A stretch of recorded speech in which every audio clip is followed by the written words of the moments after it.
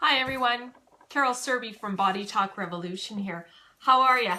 Today we're going live. I've committed to doing some live energy-based training on this Facebook group, Bodytalk Revolution.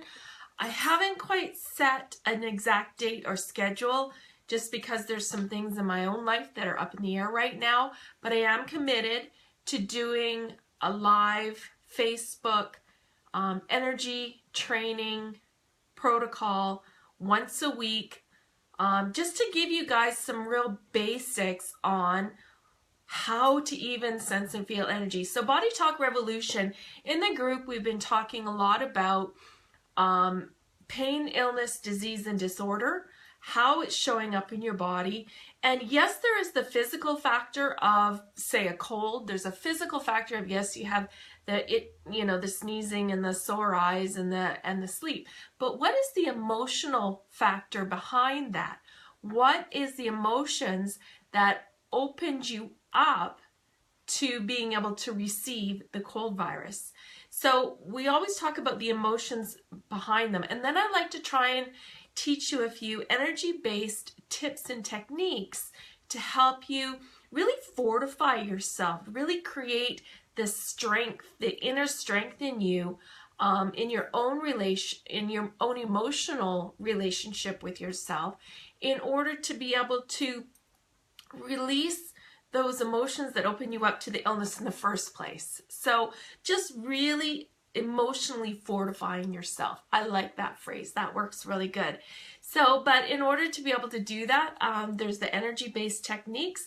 And I thought, well, maybe not all of you are familiar with how even to sense, feel, or even what is energy. So we can talk about energy on a real etheric level. It's not that I don't subscribe to it, it's just I like to take things down to the nitty-gritty. So the energy basically is the electrical connections that keep your body in motion. We are an electrical generator. And when we allow an emotion come in, it's like getting a piece of dirt in the spark plug. You know, all of a sudden the spark plug's not working at 100% capacity. So it's an emotional thing, very easily cleansed and cleared, very easily, as long as you commit to it, as long as you desire it, and as long as you command it.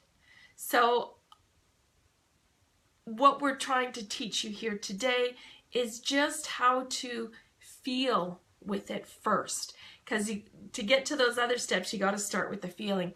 So I wanted to explain to you the way most people that sense energy, they sense it through their hands. Now, if any of you have children or any of you are really close to children, you know the power of touch, right? You have a newborn infant and that infant is crying for love, crying for affection. The first thing you do is you touch that infant, you hold that infant, you might nuzzle that infant, touch it with your lips, touch it skin to skin, touch it with your hands. So it's the sense of touch. So a lot of people, not that there's not more places you can sense energy, but the most basic place is within the hands itself. Now, the difference being is the left hand is the receiving.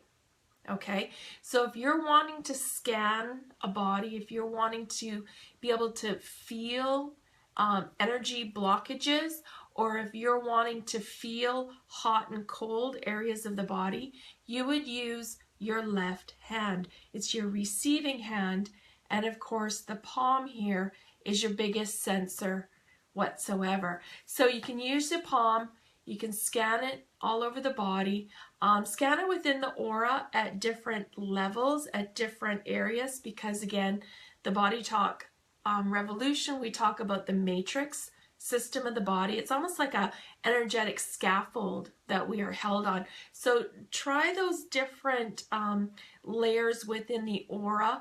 Also within the aura is also held the chakra layers. So of course the red being closest, the root chakra being closest, and the crown chakra being most farthest apart. So use your receiving hand, the palm, to really feel into those centers, to feel if you can sense the adjustment in density of the energy within all areas of the body, okay? Also with the receiving hand, it's very good if you're getting paid for something, to receive the check or the cash or whatever the form of payment is, to receive it into the palm of your left hand. So practice the receiving, practice the thank you. I appreciate receiving, and then hold that to you. So the left hand, really cool for receiving. That's why when I wear my energy bracelets, I do wear them on my left hand. Generally, as the energy comes in, it filters through some of these bracelets. They all have different purposes for me. Some of it is protection mode, so that I'm protecting myself, but I also filter it through for other reasons as well. So if you're wanting to filter the energy coming through, wear your bracelets on your left hand, okay? So that's a little bit about the energy of the left hand. So the energy of the right hand is your giving energy. So if you're wanting to put your hand on somebody to help bolster them because they're not feeling very good, or they're feeling down, or they're feeling sad, use your left or your right hand. It's your giving hand. Okay, it's your giving hand. And quite often, if any of you ever see me work, you might see me actually go to the back chakras, the well center chakras on a person, and actually send energy flow through my right hand to help service those chakras if I'm feeling as though they're lagging, or they're blocked a little bit, or they need a slight adjustment. So that is with your right hand. Your masculine hand, so all your masculine energies are held within there. It's also a good giving hand. So again, if you're paying for something, you can use your right hand to give, okay? To give to the other person, you send that energy flow right down. Okay, so now that we've discussed the difference between what you're feeling in each hand, how can you really amp up these feelings? How can you really start to feel them on a daily and even moment by moment basis? Well, there's a couple of really quick things you can do. Probably the best one that I ever experienced was a short meditation. And I'm not going to go through a meditation with you here today. That's not my purpose. But what we did is we really focused on the entire arm. So right from the shoulder, right down the arm, right to the hand, okay? And pretend that at the top of your shoulder, you have a tap, like you would have on the outside of your house for a hose. And in your mind's eye and during your meditation, practice turning that tap on and off and on and off, and feel the different energy flows as they flow through the arm. If you're having any problems sensing that, what I would recommend is all the chakra points at the ends of your fingers. All you do is grab your finger and pull. Grab your finger and pull. You don't have to pull hard.